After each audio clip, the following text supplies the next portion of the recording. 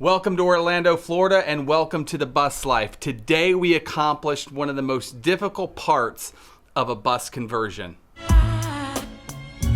There's no sun up in the sky, don't know why. There's no sun up in the sky, don't know why. There's no sun up in the sky, don't know why. There's no sun up in the sky.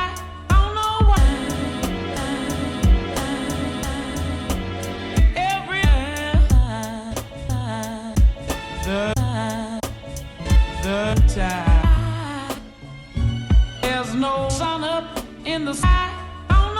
All right, so I'm up here on the roof of the bus and we're just working on the metal transition that goes from this level right here down to the level there.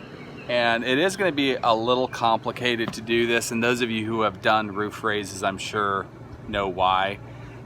Because this is, I think they would call this you got to have compound cuts in order for this to work right.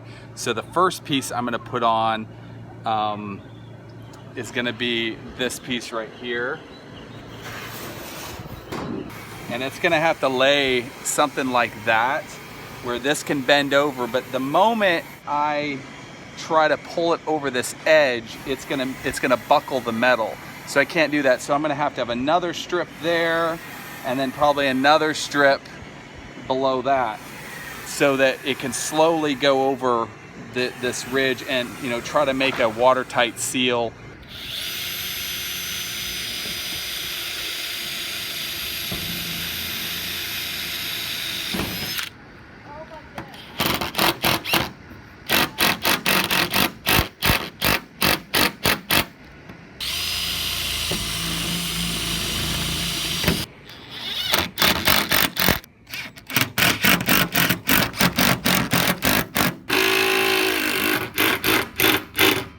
So I ordered some putty tape from Amazon and it came a little squished. Not too excited about that.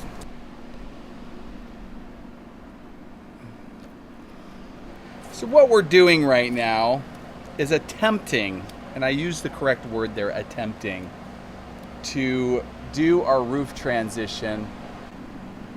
Oh man, look at that. Oh, it looks awesome.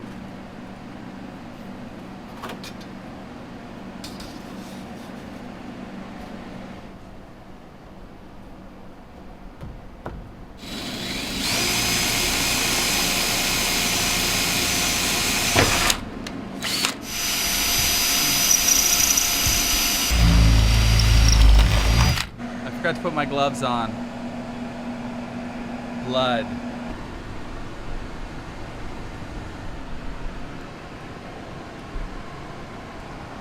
Is that good, or does that cover? Does that cover the cut? Yeah. Yes. So we're doing part of the roof panels because we raised the roof, so we gotta have the metal come up. So that's what Mommy and Daddy are doing. So I think it's gonna look good.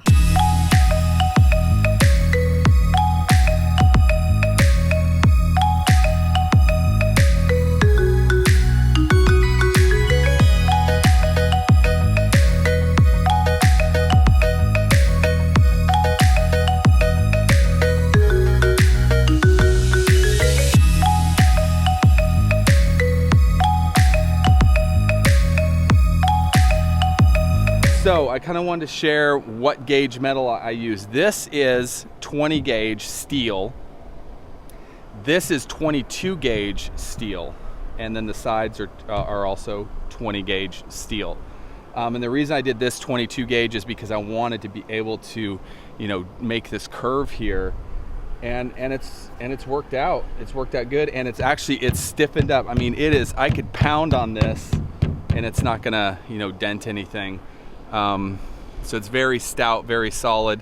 I've still got to put some supports, underneath this metal up here, and then we'll probably put a couple screws in those supports, just because it is a little floppy, but after the supports are under there, it'll be good.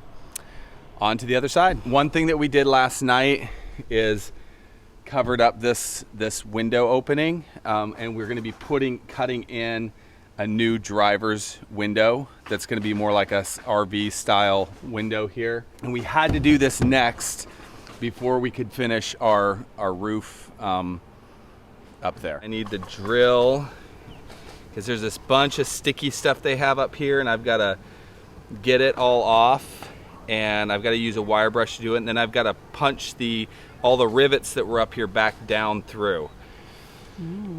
So I need a hammer, I need a very fast drill with a wire brush on the end, and I need a nail set. Okay, I'll grab it. So I'm trying to make this edge as straight and nice looking as possible because it's going to overlay on this piece that we have here.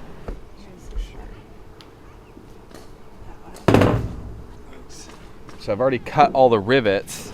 Now I've just got to beat these down and then use a nail set to punch them through the rest of the way.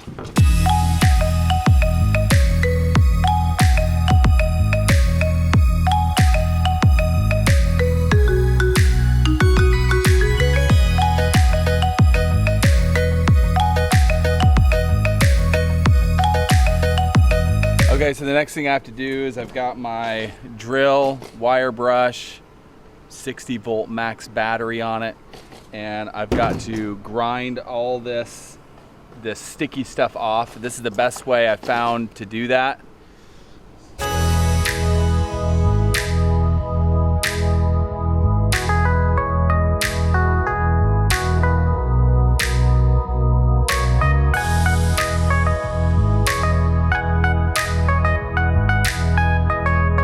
Where this metal meets in with the fiberglass of the roof here, we've got a gap here and we've got a gap over there.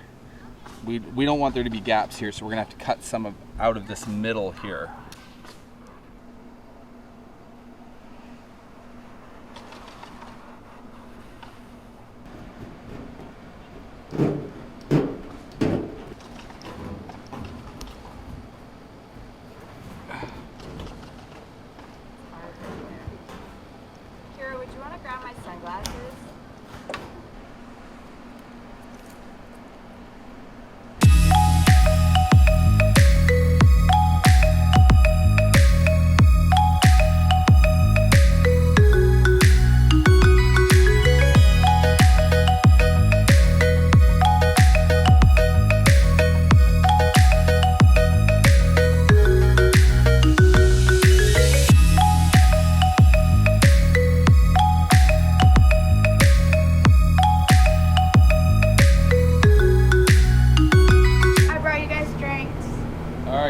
That looks awesome.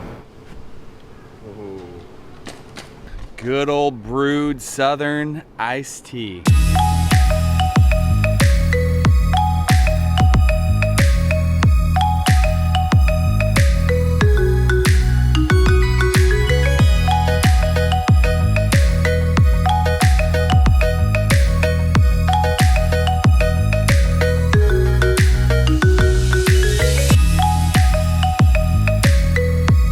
This week, Shane and I celebrated our 16-year anniversary. Married for 16 years. 8 children later, 2 buses. Yes.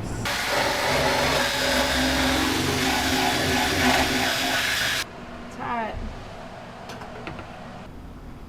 So we had all these pieces pre-cut at the local sheet metal supplier, and it just makes things a lot easier.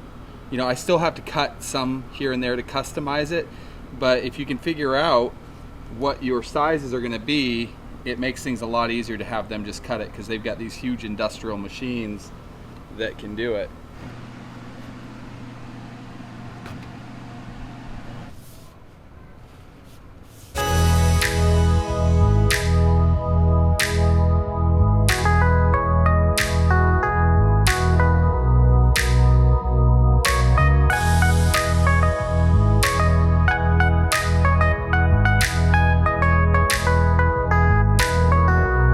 this is the last piece to the puzzle, and this is where there's kind of a bend on it. So I'm gonna just got one of my propane tanks here.